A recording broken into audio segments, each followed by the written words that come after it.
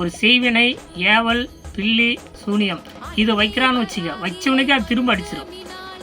அம்மா அதான் வாரதாளி வாராகி வந்து திரும்ப வச்சவனே கொண்டு போயிட்டு அவனை இதுன்றுவான்.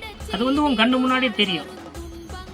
அதே மாதிரி வந்து படிக்க மாலையில், எட்டி மாலையில் அம்மா வந்து நீ வந்து இது ஜெபம் பண்ணிக்கிட்டு வர வர உனக்கு வந்து ஒரு ஜெபம் மந்திரம்னாக்க ஒரு உண்டியில் வந்து காசு போடுற மாதிரி,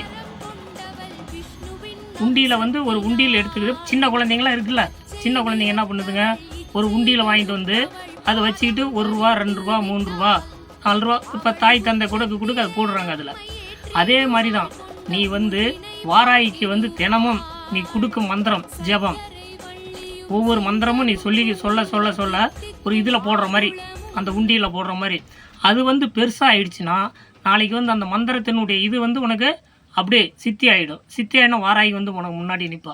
நீ என்ன கேட்குறத பூரா தருவா. அதுக்கோசரம் எனக்கு அது இது அப்படின்ட்டு எதுவும் கூடாது.